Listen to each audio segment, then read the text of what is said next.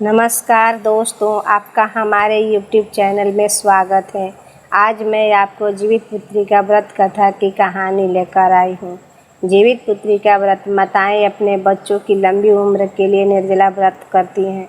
व्रत के एक दिन पूर्व नहा खा होता है। उस दिन यह घर की सफाई करके स्नान करके ओठंगन बनाती हैं। मड़ुआ की रोटी एवं सुतपुतिया की सब्जी एवं नोनी के साग खाती हैं तथा रात में सरोगही करके व्रत आरंभ करती हैं। व्रत के दिन दांतों से ब्रश भी नहीं करती हैं। आंचल द्वारा अपने दांतों की सफाई करती हैं, इसलिए इसे खर जिउतिया भी कहा जाता है। यह 36 घंटे निर्जला व्रत करने के पश्चात अगली सुबह पारण करती हैं एवं व्रत तोड़ती हैं। गरम गरम भोजन द्वारा व्रत तोड़ा जाता है, जिससे उनके बच्चों को कभी भी अकाल मृत्यु नहीं होती है और वे काल के घेरे से बचे रहते हैं। तो आइए जीवित पुत्री का व्रत की कथा सुनते हैं। अगर इसमें कोई त्रुटि हो जाए तो कृपया क्षमा कर दीजिएगा। अगर आपको कोई पंडित नहीं मिल रहा अथवा कोई कथावाचक नहीं है तो आप हमारे वीडियो द्वारा कथा सुन सकते हैं, जिससे आपकी व्रत किसी तरह का कोई बाधा न हो।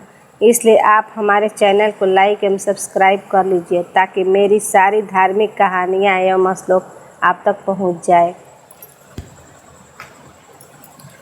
एक बार नैमिषारण्य के निवासी ऋषियों ने संसार के कल्याण अर्थ सूत जी से पूछा, हे सूत, कराल कलिकाल में लोगों के बालक किस तरह दीर्घायु होंगे, सो कहिए। सूत जी बोले, जब द्वापर का अंत और कलयुग का आरंभ था, उसी समय बहुत सी शोकाकुल स्त्रियों ने आपस में सलाह की कि क्या इस कली में माता के जीवित रहते पुत्र मर जाएंगे। जब वे आपस में कुछ निर्णय नहीं कर सकी तो गौतम जी के पास पूछने के लिए गई। जब उनके पास पहुंची तो उस समय गौतम जी आनंद के साथ बैठे थे। उनके सामने जाकर उन्होंने मस्तक झुकाकर प्रणाम किया। तदंतर स्त्रियों ने पूछा, हे प्रभु, इस कलयुग में लोगों के पुत्र किस तरह जीवित रहेंगे? इसके लिए कोई व्रत या तप हो तो कृपया कर बताइए। इस तरह उनकी बात सुनकर गौतम जी बोले, आपसे मैं वही बात कहूँगा जो मैंने पहले से सुन रखी है।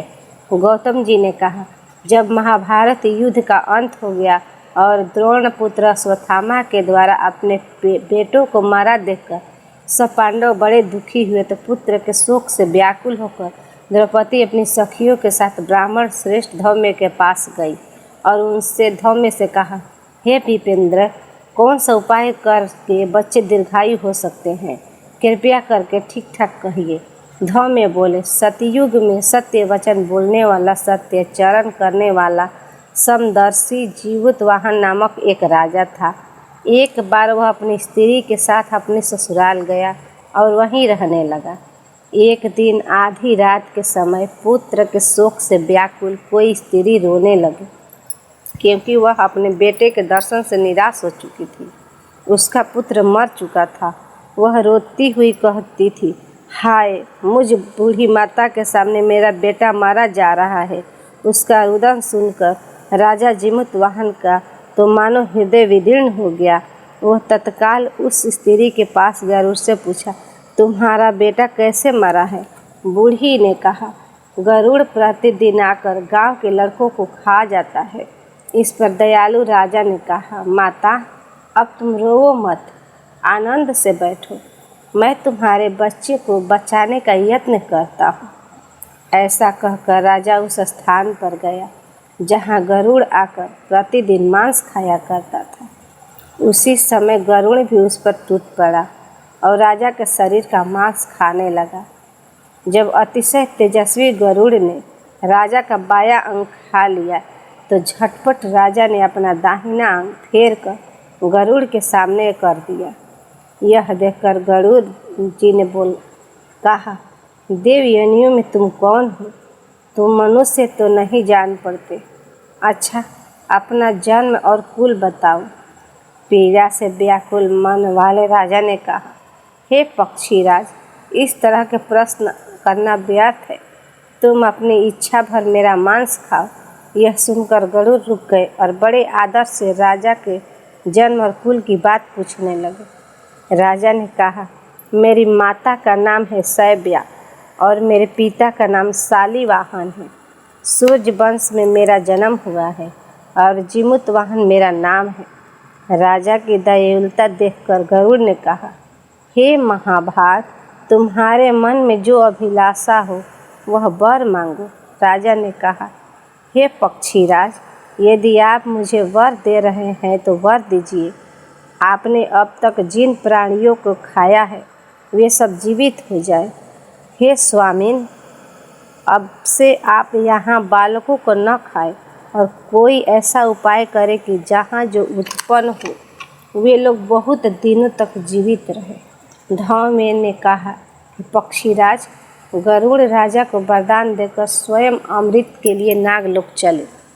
वहाँ से अमृत लाकर उन्होंने उन मरे मनुष्यों की हड्डियों को पर बरसाया। ऐसा करने से सब लोग जीवित हो गए जिनको कि पहले गरुड़ ने खाया था। राजा के त्याग और गरुड़ की कृपा से वहाँ वालों का बहुत कष्ट दूर हो गया। उस समय राजा के शरीर की शोभा दूनी हो गई थी। राजा की दयालुता देखकर गरुड़ ने फिर कहा, मैं संसार के कल्याणार्थ एक और वरदान दूंगा। आज अश्विन कृष्ण सप्तमी से रहित शुभ अष्टमी तिथि है। आज ही तुमने यहाँ की प्रजा को जीवन दान दिया है। हे वत्स, अब से यह दिन ब्रह्मा भाव हो गया है, जो मूर्ति भेद से विविध नामों से विख्यात है। वही त्रैलोक्य से पूजित दुर्गा अमृत प्राप्त करने के अर्थ में जीवित पुत्रिका कहलाई है। सो इस तिथि को जो स्त्रियाँ उस जीवित पुत्रिका की और कुश की आकृति बनाकर तुम्हारी पूजा करेंगी तो दिनों दिन उनका सौभाग्य बढ़ेगा और वंश की भी बढ़ती होती रहेगी। हे महाभाग, इस विषय में विचार करने की भी आवश्यकता नहीं है। हे राजन, सप्तमी से रहित और उदया तिथि की अष्टमी को व्रत करें, यानी सप्तमी विध अष्टमी जिस दिन हो उस दिन व्रत न कर शुद्ध अष्टमी को व्रत करें और नवमी में पारण करें। यदि इस पर ध्यान न दिया गया तो फल नष्ट हो ही जाएगा और सौभाग्य तो अवश्य नष्ट हो जाएगा। जीमूतवाहन को इस तरह का वरदान देकर गरुड़ वैकुंठ धाम को चले गए और राजा भी अपनी पत्नी के साथ अपने नगर को वापस चले आए। धौम्य द्रौपदी से कहते हैं, हे देवी, मैंने यह अतिशय दुर्लभ व्रत तुमको बताया है। इस व्रत को करने से बच्चे दीर्घायु होते हैं।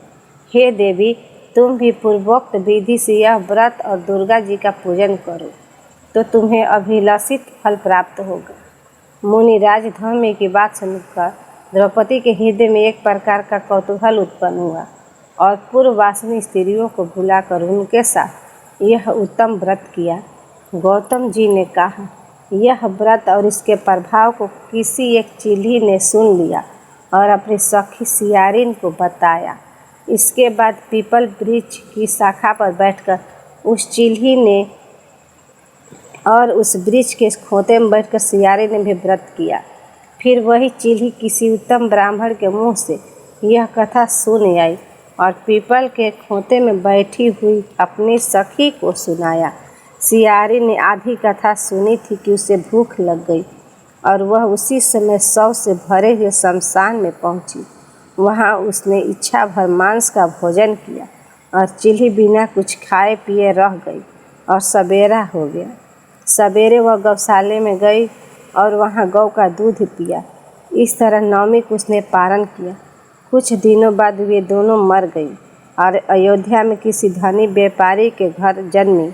संजोग से उन दोनों का जन्म एक ही राज्य में घर में हुआ, जिसमें सियारिन ज्येष्ठ हुई और चील्ही छोटी।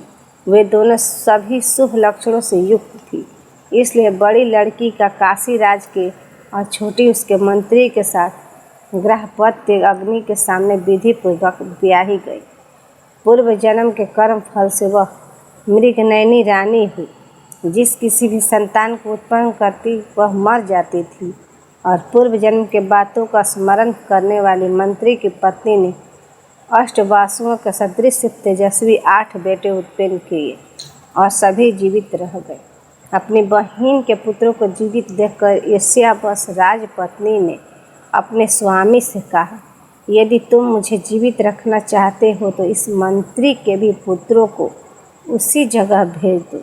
जहाँ मेरे बेटे गए हैं, अर्थात इन्हें मार डालो। यह सुनकर राजा ने उस मंत्री के पुत्रों को मारने के लिए कई प्रकार के उद्योग किए, पर मंत्री पत्नी ने जीवित पुत्रिका के पुण्य बल से बचा लिया। एक दिन राजा ने अपने आदमियों से उन पुत्रों का सिर कटवाकर पिटारी में रखवाया और वह पिटारी उनकी माता के पास भेज दी। किंतु वे 8 सिर बेशकीमती जवाहरात हो गए और भले चंगे वे 8 लड़के अपनी माता के पास वापस चले गए। उनको जीवित देखकर राजपत्नी को बड़ा विस्मय हुआ। अंत में वह मंत्री के पत्नी के पास आई और उनसे पूछा, बहन, तुमने कौन सा ऐसा पुण्य किया है जिससे बार बार मारे जाने पर भी तुम्हारे बेटे नहीं मरते? इस पर मंत्री की पत्नी ने कहा, पूर्व जन्म में चिल्ही थी और तुम सियारी, दोनों ने व्रत किया था। तुमने व्रत के नियमों का भली भांति पालन नहीं किया था और मैंने किया था। इसी दोष से हे बहन, तुम्हारे बेटे जीवित नहीं रहते हैं। ओ राजरानी, अब तुम भी उस जीवित पुत्री का व्रत करो तो तुम्हारे बेटे दीर्घायु होंगे। मैं तुमसे सच सच कह रही हूँ। उसके कथानुसार रानी ने व्रत किया, तभी से उसके कई बेटे सुंदर और दीर्घायु होकर बड़े बड़े राजा हुए। सूत जी कहते हैं, सब प्रकार का आनंद देने वाला मैंने यह दिव्य व्रत बतलाया। स्त्रियाँ चिरंजीवी संतान चाहती हो तो विधि पूर्वक यह व्रत करें। बोलो सत्यनारायण भगवान की जय।